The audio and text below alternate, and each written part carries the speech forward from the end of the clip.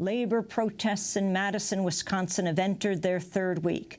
Hundreds of demonstrators defied police orders and slept inside the state capitol building on Sunday night to oppose the Republican Governor Scott Walker's attempt to strip most public employees of the right to collectively bargain. Governor Walker had ordered the Capitol to be emptied by 4 p.m., but Capitol Police decided not to enforce the order after hundreds of labor activists, students, and supporters refused to leave.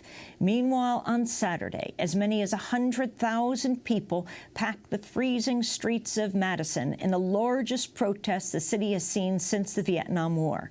Tens of thousands of people marched in solidarity protests in other state capitals. While it may have been the largest labor protest in the United States in years, the demonstration in Madison received little attention by the corporate press. Speaking as a candidate in 2007 in South Carolina, then-Senator Barack Obama pledged to walk on the picket line with workers if their right to collectively bargain was denied.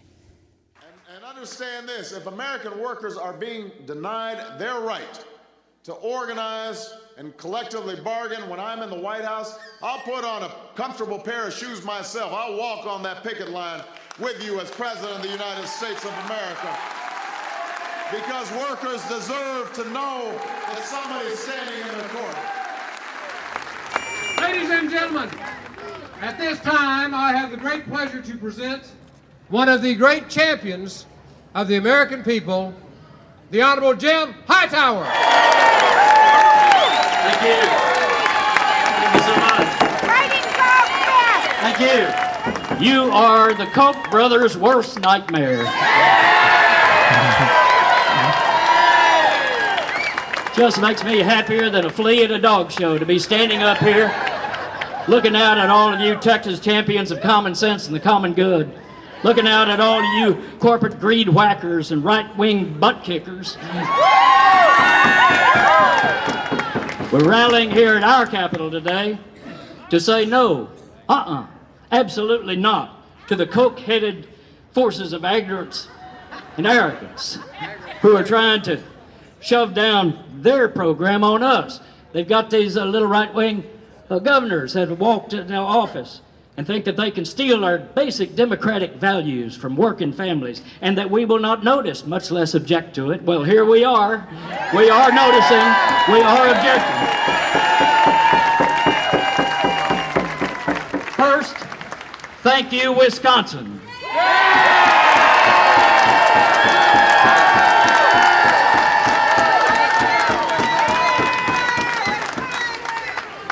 John Mellencamp has that great song, if you don't stand for something, you'll fall for anything.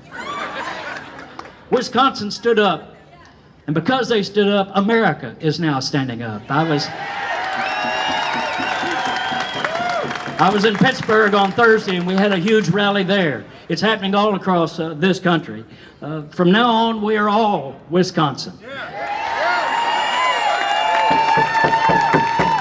Because it is America's workaday majority, the middle class itself, that is under attack by a gaggle of corporate greed heads and Republican boneheads who are determined to enthrone a privatized, autocratic, plutocratic regime over our democracy. They think they're the top dogs and we're just a bunch of fire hydrants out here in the countryside. But now, America sees their narcissistic but ugly greed in action.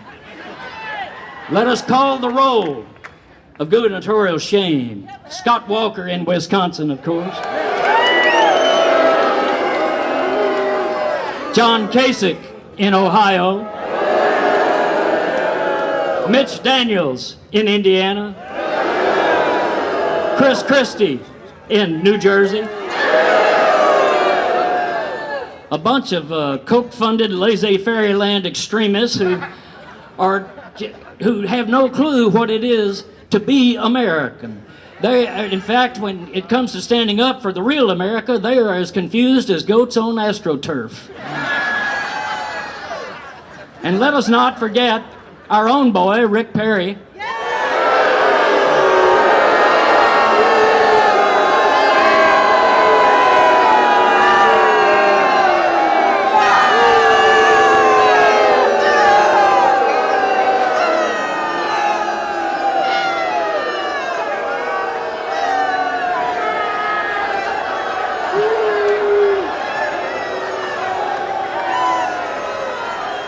it flow, let it flow, let it flow. It's really not Rick's fault. I gotta say, it's really not Rick's fault because he's got hair growing down into his head where his brains are supposed to be. It's all hair, no brains. He says that he stands with Governor Walker against the workers of this country. I mean, this is proving once again that Rick really knows how to put the goober in gubernatorial. Well, the regular folks of this country are on to them. They're seeing it because Wisconsin stood up and now we're standing up.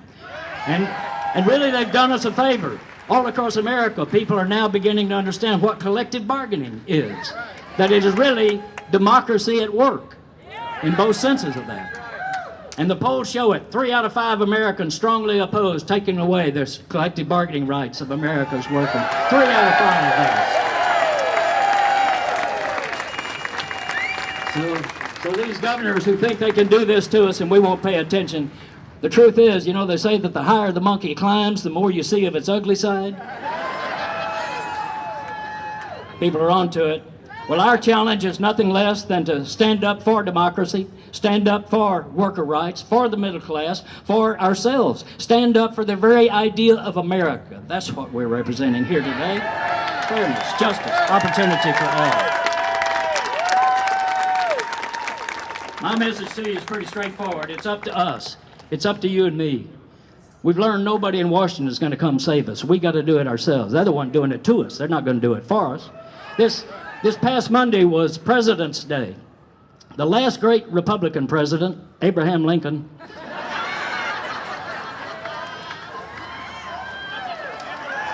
he said,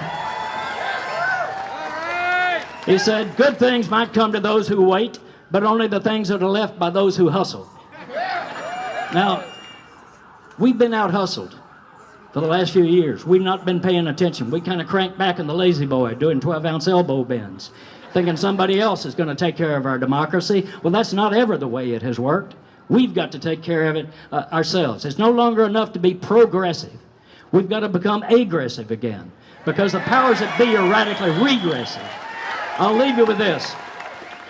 I'll leave you with this thought. It's something that comes from Louis Grizzard, the late great Southern humorist. Grizzard pointed out something that we in the South have always known to be true, and that is there's a big difference between being naked and being naked. Naked means you have no clothes on. Naked means you have no clothes on and you are up to something.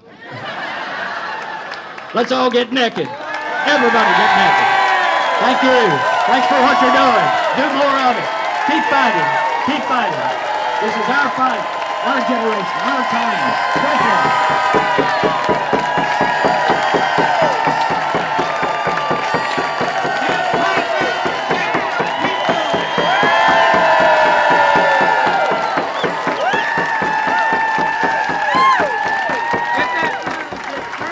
Come here, I want you to see this sign this lady's carrying.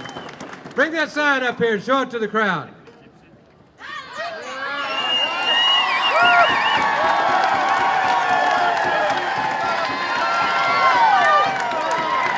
Did you know that we have people in Egypt that are sending money to the people in Wisconsin to help them out?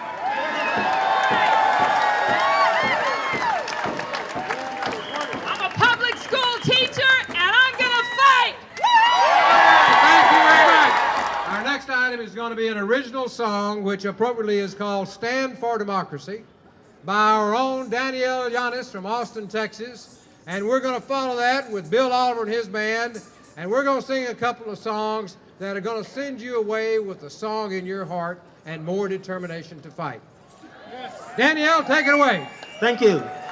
What a great day for America, yeah? Okay. So this is a little shamanistic dance to raise the vibration and send it all over the planet. Because we're all one, yes? All right. Here we go. So if you don't have a sign and you got 2 hands free, yeah.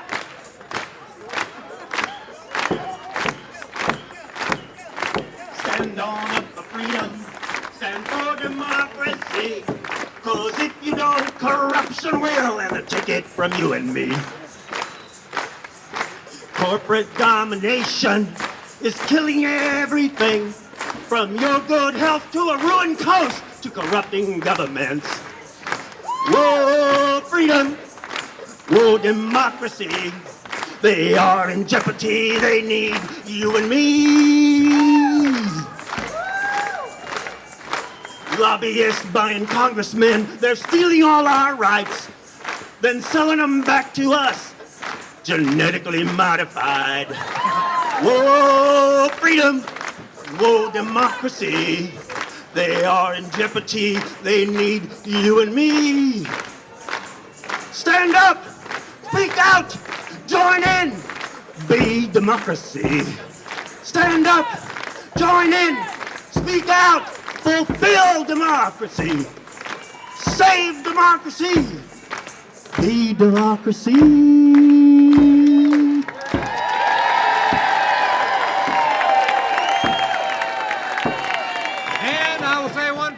Then we'll close with our thanks to all of you once again.